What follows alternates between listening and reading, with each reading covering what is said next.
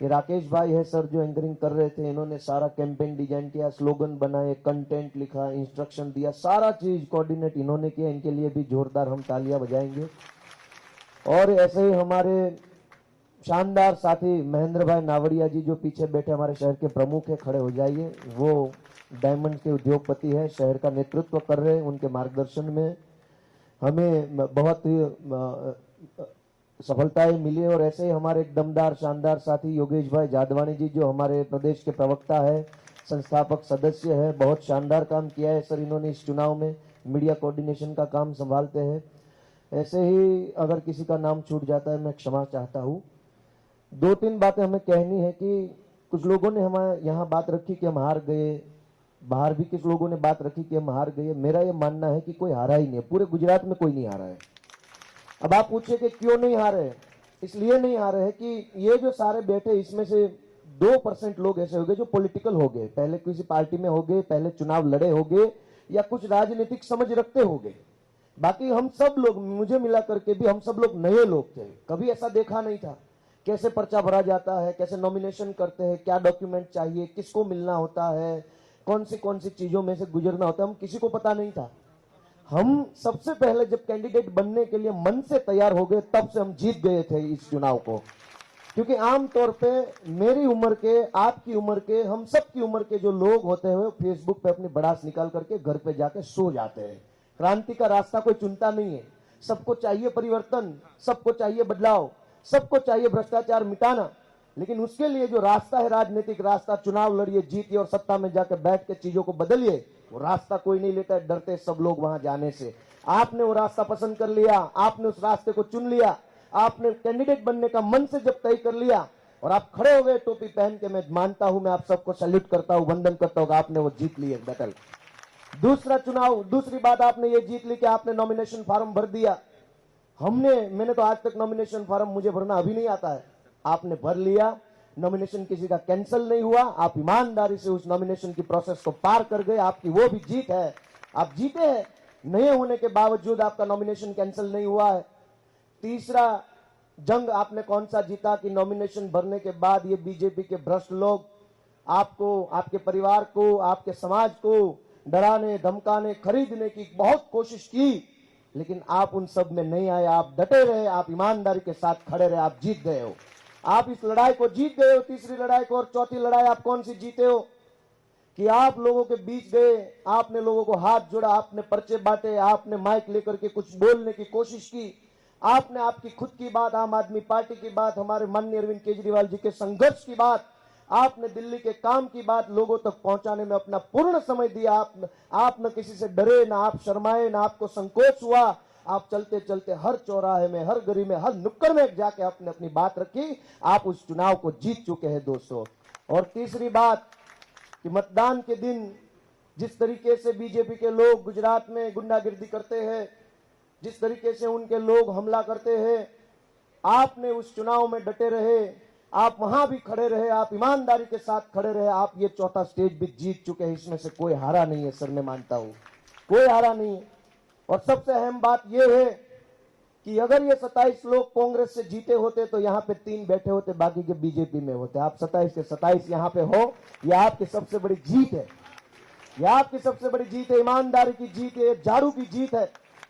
और मैं आप सबको एक अपील करना चाहता हूं अति विनम्र भाव से, हमारे मार्गदर्शक अरविंद जी की उपस्थिति में मैं कहना चाहता हूं, आप लिख लीजिएगा इस शब्दों को अपने दिल पे, अपने दिमाग पे, अपने घर की दीवार पे, अपने बच्चों की कॉपी में लिख लेना। मैं जो अभी बोलने जा रहा हूं कि 27 लोग हैं, लेकिन 6 करोड़ लोगों की उम्मीद बन के आप लोग आए हैं।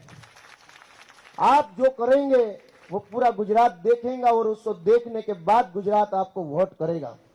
हो सकता है कि बीजेपी के कुछ लोग, जो उनकी पुरानी आदत है, जो उनका पुराना क्राइम रिकॉर्ड है कि लोगों को डराओ, धमकाओ, लालच दे दो, हो सकता है ये भी कर ले कि आप में से किसी साथी को वो बरगलाए, ये बताए कि आप तो इतने कैपेबल लोग हैं, आप तो अपनी इतनी क्षमता है और आपको ये पद नहीं मिला, वो पद नहीं मिला, कह के आपको बरगलाए।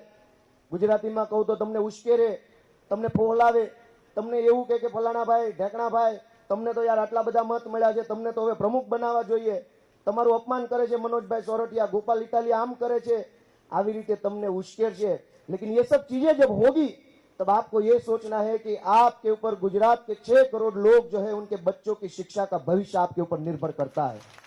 अगर आप किसी की बातों में आ गए, आपके अंदर अगर किसी हमारे पार्टी के पदाधिकारी के बारे में अंदर अंदर किसी के बारे में अगर गलत सोच आ गई, आपने कुछ गलत कदम उठा लिया, देख लेना कि सारे जो शिक्षा खराब की है इन बीजेपी कांग्रेस ने और खराब होगी, और जो बच्चे नहीं पढ़ पाएगा उसके पाप के जिम्मेदार हम सब मिलकर के होंगे। अगर आप चाहते हैं कि गुजरात के स्कूल ठीक बने, गुजरात के अस्पताल ठीक बने, गुजरात की सरकारी सिस्टम ठीक बने, हमारे सभी भाइयों को न्याय मिले, सबको सम्मान मिले, महिलाओं को मान मिले, बुजुर्गों को सम्मान मिले, युवाओं को रोजगार मिले, जिसकी जो जरूरत है, जिसका जो अधिकार है वो सबको मिले, ऐसा आप चाहते हैं तो आपको 5 साल तक काम करना है, किसी की बातों में नहीं आना है। कभी ये भी हो पाएगा, ये भी होगा कि आपको ये लगेगा कि मैं इस काम के सबसे काबिल आदमी हूं, आपको ये लगेगा कि मेरे से ज्यादा किसी में इस बात की क्वालिटी नहीं है, ये काम मैं सबसे अच्छी तरीके से कर सकता हूं, आपको ये भी लगेगा कि ये पद मुझे ही मिलना चाहिए, मैं ही इसके लायक हूं, फिर भी आपको नहीं मिलेगा। ऐसे 1000 मौके आएंगे, लेकिन आपको झाड़ू के निशान के साथ खड़ा रहना है। हर चीज में आपको देखना है कि झाड़ू ने आपको जिताया है, झाड़ू ने आपको आगे बढ़ाया है।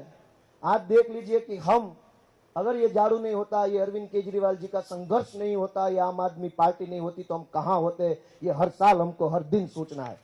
कौन हमको टिकट देता, कौन हमको चुनाव लड़ाता, कौन हमको इतना मान सम्मान देता। ये हमारी पायल बहन बैठी है, 22 साल की उम्र में कॉर्पोरेटर बन गई। अच्छी बात है, गर्व की बात है, सम्मान की बात है कि हमको पार्टी ने इतना मान महत्व दिया है। अब हमें पार्टी के लिए, गुजरात के लोगों के लिए, जिन जिन लोगों ने हमारे पीछे मेहनत की है, उन लोगों के लिए क्या करना है, किस तरीके से करना है, कितनी हद तक करना है, वो हमारे ऊपर निर्भर करता है। तो मैं इन 27 साथियों को, और जो साथियों ने लोगों का प्यार पाया है, जिन साथियों ने मेहनत की है और 4 स्टेज की सफलताएं पाई है, सबको मैं रिक्वेस्ट करता हूं कि आप जुड़ जाइए काम में, कभी भी मन में अहंकार ना आए। हमारे राष्ट्रीय आदर्श जी देखिए, मुख्यमंत्री है लेकिन कैसे बैठे हैं, कैसे दिखते, देखिए ये सादगी, ये सरलता, ये निरंक, ये अभिमान रहित बातें, ये देखिए, इनसे प्रेरणा लीजिए, सब में से प्रेरणा लीजिए। हमारे किशोर काका जो इतने साल के बुजुर्ग है, 1 लाख रुपया उनकी पेंशन आती है, फिर भी वो ऐश आराम नहीं करते, हमारे लिए वो काम करते, दिन रात दौड़ते भागते। कभी भी आपके मन में कुछ गलत ख्याल आ जाए, गलत सोच आ जाए, कुछ बीजेपी कांग्रेस वाले आपको बरगलाए, आपको फोन करे, आपके परिवार के लोग आपको ये कहे कि आपको ये पद मिलना चाहिए था लेकिन नहीं मिला, आपके साथ अन्याय हुआ, तब देखना किशोर काका के साथ, किशोर काका का चेहरा देखना, अरविंद केजरीवाल जी का चेहरा देखना, और उन बच्चों का चेहरा देखना जिसको स्कूल नहीं मिली, जिसके पास फीस भरने के पैसे नहीं है, उनको याद करना और फिर आगे बढ़ना। आप सबको मैं रिक्वेस्ट करता हूं, आप सबका मैं धन्यवाद प्रस्तुत करता हूं।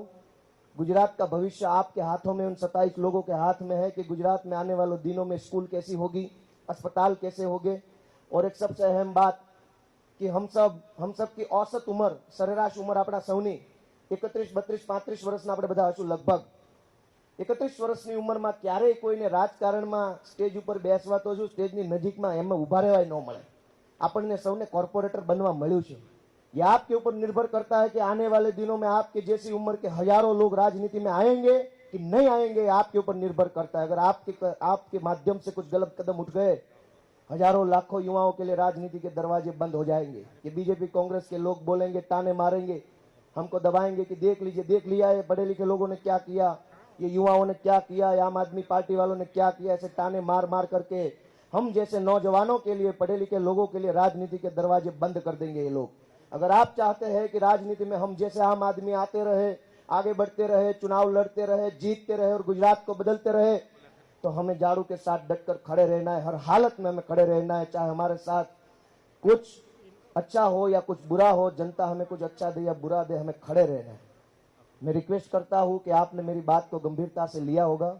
ज्यादा वक्त न लेते हुए मैं आप सबका शुक्रिया करता हूं। और अगर इस चुनाव के दौरान, कैंपेन के दौरान कहीं भी किसी मोड़ पे मेरे बोलने से, मेरे वर्तन से आपको कहीं चोट लगी हो, हर्ट हुआ हो, कुछ बुरा लगा हो, तो मैं सबकी क्षमा प्रार्थना करता हूं और हम सब मिलकर के आगे बढ़ेंगे। मैं फिर से माननीय अरविंद केजरीवाल जी, माननीय गुलाब सिंह जी और हमारे परम आदरणीय माननीय किशोर काका जी को वंदन करता हूं और उनका धन्यवाद करता हूं कि इन सब की संघर्ष से आज मुझ जैसे नौजवान को इतना बड़ा प्लेटफॉर्म मिला है, मुख्यमंत्री जी के साथ में खड़ा होने का अवसर मिला है। ये मेरे लिए बड़े गौरव की बात है, सौभाग्य की बात है। मैं सबका धन्यवाद करता हूँ। भारत माता की जय। जय जय गरीब Gujarat. Thank you sir. Sir हमने आपको परिचय तो करवाया, लेकिन हमारी संस्कृति है विविधता में एकता की।